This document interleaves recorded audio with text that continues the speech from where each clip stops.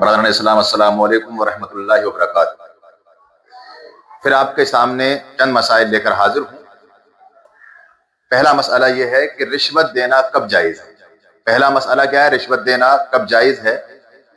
دوسرا مسئلہ یہ ہے کہ وہ کون سے دو مردار ہیں جن کا کھانا حلال ہے۔ دو مردار جن کا کھانا حلال ہے، اور وہ کون سے دو خون ہیں کہ جن کا کھانا مسلمان کے لیے حلال ہے۔ دو خون، مطلب خون کھانا مسلمان کے لیے حلال ہے۔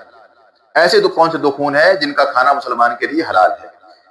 اور سب سے اہم مسئلہ، مسلمان ہے اور مرتد بھی نہیں ہے، پھر بھی اس کا قتل کرنا جائز ہے۔ مسلمان ہے، مرتد بھی نہیں ہے، پھر بھی اس کا قتل کرنا جائز ہے۔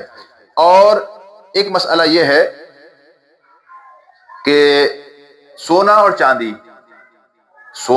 یہ مسلمان کے لیے حرام ہے، لیکن سونا چاندی مسلمان کے لیے پہننا جائز ہے، اور شریعت میں اس پر کوئی پابندی نہیں ہے۔ سونا بھی مسلمان پہن سکتا ہے، مسلمان مرد، اور چاندی بھی مسلمان مرد استعمال کر سکتا ہے، اور یہ دونوں جائز ہیں۔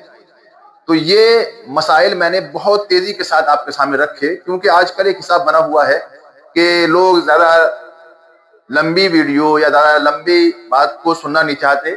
بہرحال جلد سے جلد میں نے چند مسائل آپ کے سامنے رکھ دیے، ہر مسئلے کا جواب انشاءاللہ بہت جلدی آپ تک پہنچ جائے گا۔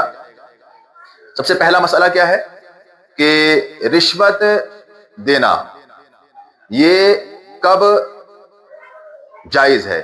تو جب آدمی کو یقین ہو کہ اگر میں رشوت نہیں دوں گا تو میرا حق مارا جائے گا، مجھے میرا حق نہیں ملے گا، تو اس صورت میں رشوت دے سکتا ہے، جبکہ یقین ہو کہ بنا رشوت دیے مجھے میرا حق نہیں ملے گا۔ یا پھر اس کو یہ یقین ہو کہ اگر میں رشوت نہیں دوں گا تو مجھ پہ ظلم کیا جائے گا، زیادتی کی جائے گی، مجھے مارا جائے گا، پیٹا جائے گا، تو اس صورت میں بھی رشوت دے کر ظلم سے بچ سکتا ہے، اور یہ شریعت میں جائز ہے۔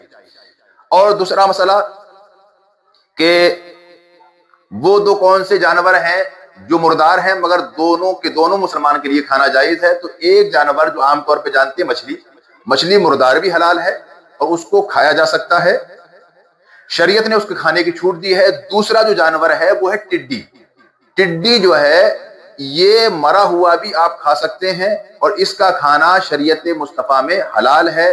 ٹڈی اگر مری ہوئی پائی جاتی ہے تو اس کا کھانا حلال ہے، شریعت میں اس کے کھانے پہ کوئی پابندی نہیں ہے، کسی طریقے سے کوئی قباحت نہیں ہے۔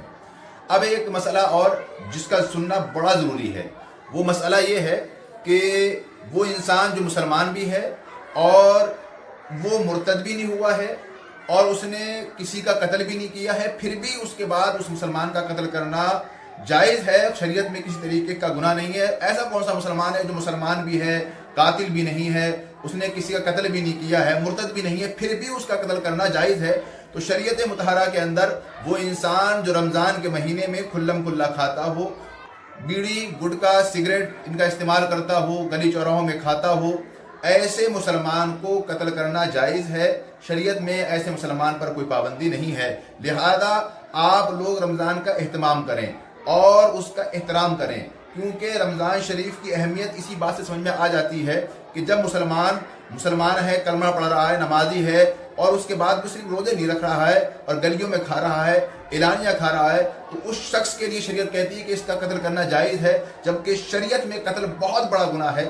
آپ انومان لگائیں، اسی چیز سے آپ سمجھ جائیں کہ رمضان کا احترام اور اس کا ادب کتنا ضروری ہے اور رمضان کی کیا اہمیت ہے۔ اب آخری بات، وہ دو کون سے خون ہیں کہ جن کا استعمال کرنا مسلمان کے لیے جائز ہے؟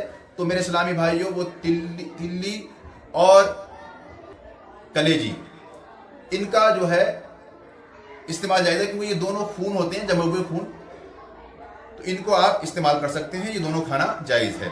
اب آتے ہیں ایک اور مسئلے کی طرف کہ مسلمان کے لیے سونا پہننا کب جائز ہے؟ تو سونا پہننا مسلمان کے لیے حرام ہے۔ ایسی کون سی صورت ہے کہ مسلمان کے لیے سونا پہننا جائز ہے؟ تو سیدھا سا حکم میں آپ کو بتا دوں کہ اگر بٹن انسان کرتے میں بنڈی میں لگا رہا ہے سونے کے یا چاندی کے تو وہ استعمال کر سکتا ہے، مگر اس میں ایک شرط ہے، شرط یہ ہے کہ وہ بنا زنجیر کے ہوں، یعنی بٹن میں زنجیر لگی ہوئی نہ ہو۔ سونے چاندی کے بٹن ڈائریکٹ لگے ہوئے ہوں بنا زنجیر کے تو ان کا استعمال کرنا جائز ہے، زنجیر لگاتے ہی ان کا استعمال کرنا حرام ہو جائے گا۔ آپ لوگ اس چیز کو ذہن نشی کریں اور ایسے مسائل دوسروں تک پہنچتے رہیں. اس لیے اس ویڈیو کو آپ شیئر بھی کریں, اور شیئر نہیں کر رہے ہیں تو اس طریقے کے مسائل آپ دوسروں تک پہنچاتے رہیں, کیونکہ ایک مسئلہ یہ کسی تک پہنچانا, سکھا دینا, یہ بڑے ثواب کا کام ہے. السلام علیکم ورحمۃ اللہ وبرکاتہ.